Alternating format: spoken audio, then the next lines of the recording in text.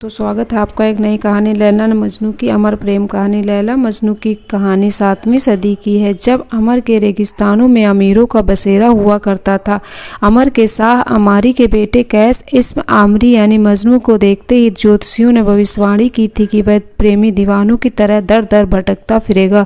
ज्योतिषियों की भविष्यवाणी को झुटलाने के लिए शाह अमारी ने अपने बेटे को प्रेम रोग से महरूम रखने के लिए हर संभव प्रयास किए, लेकिन एक दिन कुदरत ने अपना खेल खेल दिया। नाज के शाह की बेटी लैला को मजनू ने 10वीं के मदरसे में देखा और पहली नज़र में उसका आशिक हो गया।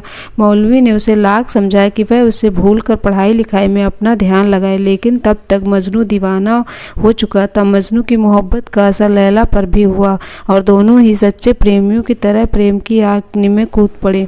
बताते हैं कि लैला एक सियाह फाम यानी काली लड़की थी और मजनू गोरा नौजवान। लोग ने जब मजनू से पूछा कि तुम काली लड़की में क्या देखकर उससे मोहब्बत की, इस पर मजनू क्या कहा, कुरान के हर हर्फ काले रंग के अक्षर में लिखे, जहां आशिक का दिल वहां काले और गोरे का भेद नहीं होता। लैला को मजनू से प्यार हो गया था, लेकिन लैला के घर वालों को मजनू पसंद नहीं था। इसी वजह से लैला के घर वालों ने उसकी शादी वक्त नाम के इंसान से करा दी। लेकिन प्रेम दीवानी लैला ने अपने शौहर से बता दिया कि वह मजनू के अलावा किसी और की नहीं हो सकती। मजनू की याद में वह बीमार होने लगी और उसके करीब आ गई, मजनू मौत के करीब आ गई। मजनू को जब लैला के इस हाल का पता चला तो उसे रहा नहीं गया और वह लैला से मिलने अरब के तपते रेगिस्तान में गिरता पड़ता किसी तरह लैला के पास पहुंचा।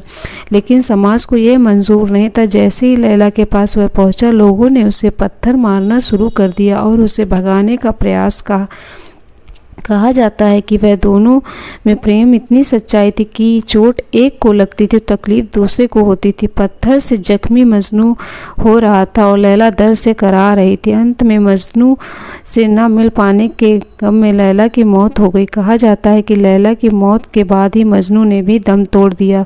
दोनों को साथ साथ दफनाया गया ताकि इस दुनिया में ना मिलने वाले लैला मजनू जन्नत में जाकर मिल जाएं। लैला मजनू की कब्र आज भी दुनिया के प्रेमियों की इबादत गाह है। समय की गति ने उनकी कब्र को नष्ट कर दिया है, लेकिन लैला मजनू की मोहब्बत जिंदा है और जब तक दुनिया जिंदा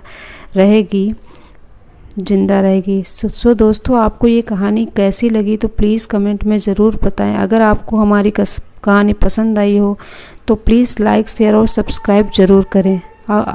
अगली नई कहानी में आपसे फिर से मुलाकात होगी। धन्यवाद।